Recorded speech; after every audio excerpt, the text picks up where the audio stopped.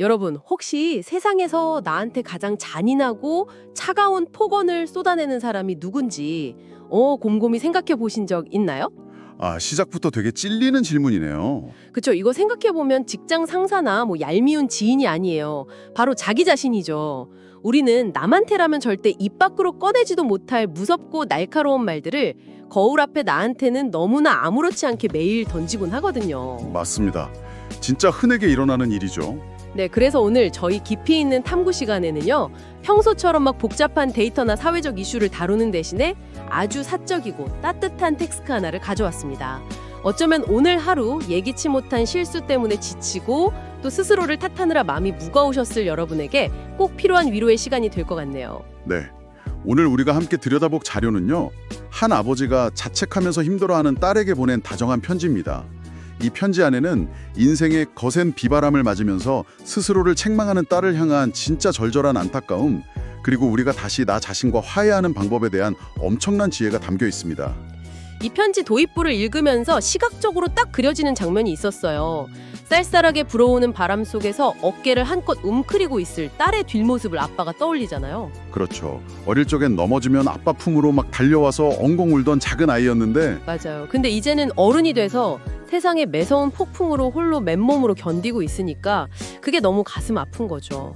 근데 여기서 아빠가 진짜 걱정하는 건 외부에 있는 시련 그 자체가 아니더라고요. 네, 겉으로는 아무렇지 않은 척 애써 웃으면서도 혼자 남겨진 밤에는 막 내가 부족해서 그래, 내가 조금만 더 잘했더라면 이러면서 끊임없이 스스로를 갉아먹고 있을까 봐 그 내면을 꿰뚫어보고 걱정하시는 거죠. 아, 진짜 이 대목에서 제가 확 와닿았던 비유가 있어요. 자책이라는 건 약간 눈에 보이지 않는 엄청 무거운 배낭을 메고 걷는 거랑 똑같잖아요. 무거운 배낭이요? 네, 일이 마음처럼 안 풀릴 때마다 그 배낭 안에다 무거운 돌덩이를 하나씩 쑤셔 넣는 셈인 거죠. 근데 대체 우리는 왜 뻔히 통제할 수 없는 외부 폭풍우를 만났을 때조차 기어코 원인을 내 탓으로 돌리면서 스스로 괴롭히는 걸까요? 이게 어떻게 인간의 기본값이 된 건지 좀 궁금하더라고요. 아, 그거 되게 예리한 포인트인데요. 우리가 통제할 수 없는 불행이나 실패 앞에서 자책을 선택하는 이유가 심리학적으로 보면 역설적이게도 그게 가장 쉬운 방어 기제라서 그렇거든요. 자책이 쉽다고요? 스스로 괴롭히는 건데? 네, 전문 용어로 통제력 착각이라는 개념이 있어요. 그러니까 세상이 얼마나 무작위적이고 때로는 내 통제 밖에 있는지를 인정하는 게 우리 뇌 입장에서는 너무나 끔찍하고 두려운 일이거든요. 아, 무력감을 느끼는 게 너무 무서우니까. 그렇죠. 그러니까 차라리 내가 잘못해서 벌어진 일이야, 내가 더 노력했다면 막을 수 있었어 라고 믿어버리는 쪽을 택하는 겁니다. 나를 탓하면 적어도 원인이 나한테 있으니까 다음에는 내가 잘해서 통제할 수 있다는 가짜 환상을 얻게 되는 거죠. 와, 세상이 내 맘대로 안 된다는 그 거대한 공포를 마주하기 싫어서 차라리 내 안으로 화살을 돌린다니 진짜 슬프면서도 소름 돋는 통찰이네요. 결국 나를 찌르는 행위가 나름의 방어막이었던 거군요. 맞습니다. 그래서 이 편지에서 아빠가 취하는 태도가 훨씬 더 위대하게 다가옵니다. 보통 사람들이 누군가를 위로할 때 제일 흔하게 하는 실수가 섣부른 해결책을 주거나 긍정을 막 강요하는 거잖아요. 그렇죠. 야, 네 잘못 아니야. 기운내. 다 잘 될 거야. 이런 말들 엄청 많이 하죠. 근데 아빠는 그렇게 안 하십니다. 위에서 아래로 내려다보면서 정답을 가르치는 대신에 겉으로는 웃으면서 속으로 무너지는 그 막막함을 아빠도 살아오면서 수없이 겪어봐서 네 마음을 안다, 이렇게 말씀하세요. 나도 너처럼 내 탓하면서 밤새워 본 적이 있다는 완벽하게 눈높이를 맞춘 짙은 공감이네요. 네, 사람은 내가 느끼는 이 비참한 감정을 세상 누군가로 똑같이 느껴봤고 온전히 이해하고 있다는 걸 깨달을 때 비로소 꽉 쥐고 있던 방어 기제를 탁 내려놓게 되거든요. 누군가 내 무거운 배낭을 막 억지로 벗겨내려는 게 아니라 옆에 조용히 다가와서 그 배낭끈을 같이 쥐어주는 느낌이 들어요. 근데 이렇게 짙은 공감을 바탕으로 편지가 아주 뼈아픈 모순 하나를 지적하잖아요. 우리가 타인과 나를 대하는 태도의 차이 말씀이시죠? 네, 우리는 어릴 때부터 남을 이해하고 용서하는 법은 진짜 귀에 못이 박히도록 배우잖아요. 친구가 실수하면 누구나 그럴 수 있지, 괜찮아 하면서 따뜻하게 어깨 내어주는 건 되게 잘해요. 그렇죠. 기꺼이 품을 내어주죠. 근데 왜 나 자신을 위로하는 방법은 배우지도 못하고 실천도 못하는 걸까요? 편지에서도 아빠가 정확히 이 부분을 짚으시더라고요. 남한테는 한없이 관대하면서 세상에서 제일 소중해야 할 나는 자책의 감옥에 가두고 가혹하게 채찍질만 한다고요. 마치 나를 향한 자비로움 스위치가 아예 고장난 것처럼요. 타인을 향한 자비랑 나를 향한 자비 사이에 이 거대한 간극이 생기는 건 우리의 심리적 사각지대 때문입니다. 심리적 사각지대요? 네. 예를 들어 친구가 실수했을 땐 우리가 상황을 되게 객관적으로 봐요. 아, 제가 요즘 잠을 못 자서 피곤했지, 운이 안 좋았지 하면서 외부 상황을 파악하거든요. 근데 내 실수 앞에서는 시야가 엄청 좁아집니다. 아, 나한테만 유독 엄격한 잣대를 들이미는 거군요. 그렇죠. 내 실수는 곧 내 존재의 결함으로 직결된다고 느끼는 거예요. 그러니까 내가 실수를 했다가 아니라 나는 실패자다라고 정체성 자체를 위협받는 겁니다. 와, 상황이랑 나를 분리하지 못하고 그냥 하나로 뭉뚱그려 버리는 거네요. 맞아요. 그래서 나 자신한테 친절해진다는 게 진짜 상상 이상으로 에너지가 많이 드는 일이에요. 나의 연약함이나 찌질함, 부족함을 있는 그대로 직면하고 인정해야만 스스로를 보듬어 줄 수 있으니까요. 아, 그래서 아따가 편지에서 타인을 용서하는 것보다 나를 먼저 안아주고 용서하는 일이 인생에서 가장 큰 용기라고 하신 거군요. 정확합니다. 자기 용서는 멘탈이 약해서 현실 도피하는 게 아니에요. 내 자아의 진짜 민낯을 마주할 수 있는 아주 단단하고 성숙한 용기인 셈이죠. 내가 실패자라는 그 공포를 뚫고 들어가야 용서의 문이 열리는 거네요. 좋아요. 그럼 우리가 맨날 스스로 갇혀있는 이 자책의 감옥에서 도대체 어떻게 빠져나올 수 있을까요? 여기서 아빠가 상처를 보는 패러다임을 완전히 뒤집어 버리시잖아요. 네. 넘어지고 깨지는 게 가치를 깎아내리는 오점이 아니라 오히려 무언가를 향해 치열하게 살아 숨쉬고 있다는 가장 아름다운 증거라고 선언하시죠. 상처 안 받으려고 아무것도 안 하는 사람보다 흉터가 좀 있더라도 용기 내서 걸어가는 게 낫다는 철학이 진짜 멋지더라고요. 이 진리를 설명하려고 아빠가 자연의 섭리를 비유로 드는데요. 잎을 다 떨구고 매서운 겨울 추위를 견디는 나무를 한번 떠올려 보세요. 겉보기엔 다 죽은 것 같지만 사실 땅속 깊은 곳으로 뿌리를 뻗으면서 생명수를 길어올리고 있거든요. 그 혹독한 시간이 있어야 봄꽃이 핀다는 거군요. 맞습니다. 우리의 실수나 방황도 결국 영혼의 뿌리를 내리는 과정이라는 뜻이죠. 그리고 이 맥락에서 제가 정말 감탄했던 도자기 비유가 나와요.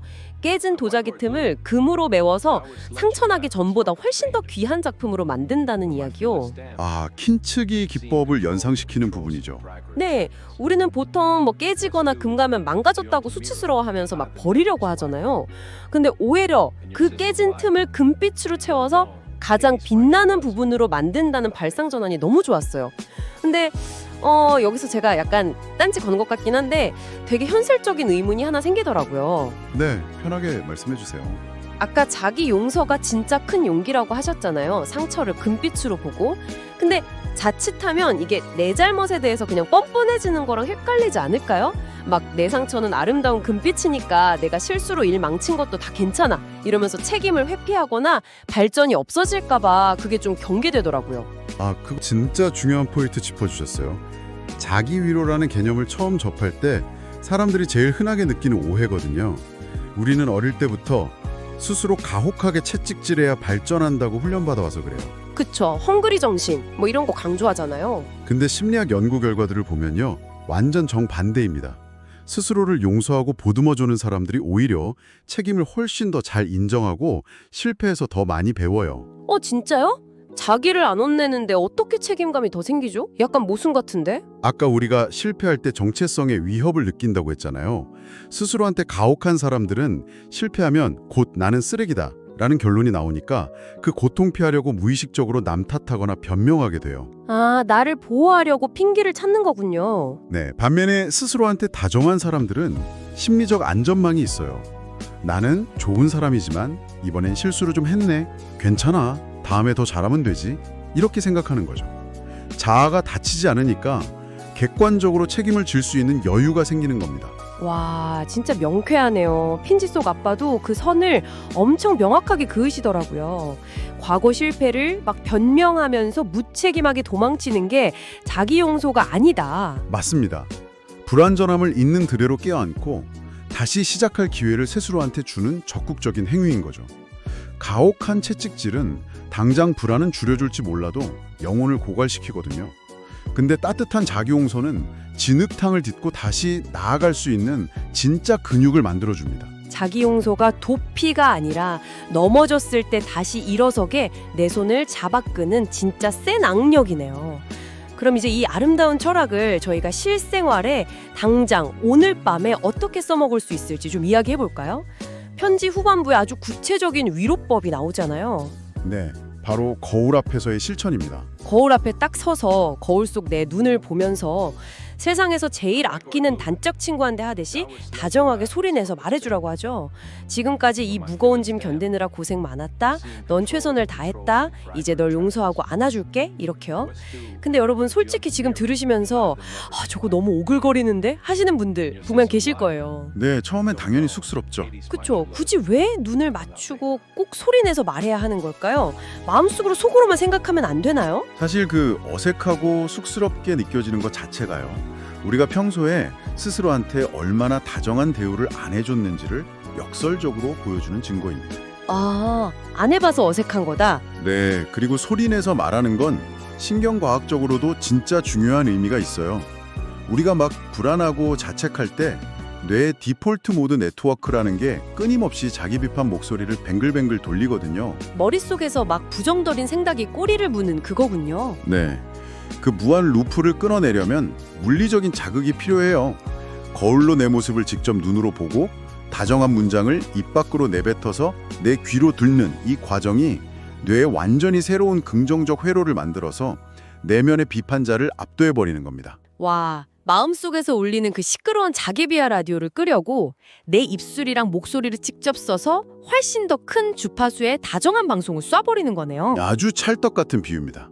타인이 위로해줄 수 없을 때 스스로한테 주는 가장 강력한 감각적 구원인 셈이죠. 그리고 아빠는 이 실천이 흔들리지 않게 마지막에 가장 거대한 안전망을 딸 발밑에 쭈락 깔아주십니다. 그 무조건적인 사랑의 선언이요. 진짜 눈물 나는 대목이죠. 네가 뭐 완벽하게 해내서 성취를 이뤄서 사랑하는 게 아니다. 그저 너라는 존재 자체가 내 인생 최고 기적이고 완벽한 작품이다. 이렇게 말씀하시잖아요. 네, 씩씩한 척 안 해도 되고 완벽해야 한다는 짐 다 내려놓고 엉엉 울어도 괜찮다고 약속하시죠. 네가 훌훌 털고 일어날 힘을 낼 때까지 가장 넓은 그늘이 되어주겠다고요. 이게 발달 심리학에서 말하는 안전기지 개념을 정말 시적으로 완벽하게 표현한 겁니다. 세상에 무너져도 무조건 내 편이 되어줄 안식처가 있다는 걸 알 때 사람은 가장 큰 용기를 얻거든요. 뒤로 넘어져도 누군가 꽉 잡아줄 거라는 믿음이 있어야 더 높이 뛸 수 있다는 그 원리네요. 네, 근데 아빠가 이렇게 무조건적인 사랑을 주는 이유가 딸을 평생 과보호하려는 게 아니에요. 무너져도 괜찮다는 그 온전한 허락이 역설적으로 사람을 다시 제 발로 일어서게 만듭니다. 아빠가 편지 마지막에 남기신 말씀 보면 그 진심이 딱 보이죠? 네 안에는 스스로 치유하고 딛고 일어설 놀라운 생명력과 힘이 숨쉬고 있다고요. 맞습니다. 외부 위로에 기대는 걸 넘어서 결국 딸 내면의 자생력을 굳건하게 믿어주는 거죠. 이 확고한 믿음이야말로 자책의 수렁에서 사람을 끌어올리는 진짜 동아줄이 됩니다. 조건 때문이 아니라 존재 자체로 완벽하다는 인정, 그리고 내 안에 스스로를 치유할 힘이 있다는 믿음. 이 두 개가 딱 결합될 때 비로소 우리는 부서진 도자기 틈을 아름다운 금빛으로 메울 수 있게 되는 거군요. 오늘 우리는 방대한 정보의 홍수에서 잠깐 벗어나서 한 아버지의 다정한 편지를 통해 우리 마음의 상처를 들여다봤습니다. 왜 굳이 통제할 수 없는 일조차 내 탓으로 돌리며 무거운 배낭을 맸는지, 왜 나한테만 유독 관대하지 못했는지 짚어봤고요. 네, 그리고 깨지는 경험을 실패가 아닌 생명력의 증거로 바라보는 법도 배웠죠. 맞아요. 혹시 지금 계절이 바뀌는 길목에서 혹은 앙상한 겨울나무처럼 쉬는 시간을 보내고 계실 여러분 모두가 존재 자체로 사랑받아 마땅하다는 이 진리가 마음에 닿았기를 바랍니다. 아무리 짙고 두려운 어둠 속에 있어도 다가오는 아침의 찬란한 빛을 영원히 막을 수는 없다는 아빠의 마지막 위로를 꼭 기억하셨으면 좋겠습니다. 네, 오늘 밤엔 세면대 거울 앞에서 양치만 하고 휙 돌아서지 마시고요. 진짜 딱 10초만 멈춰서서 거울 속 여러분 눈을 바라봐 주세요. 그리고 쑥스럽더라도 고생했어, 최선을 다했어, 내가 널 안아줄게 라고 꼭 소리내서 말해주셨으면 좋겠습니다. 자, 이제 이 따뜻한 탐구 시간을 마무리하면서 질문 하나 남겨드릴게요.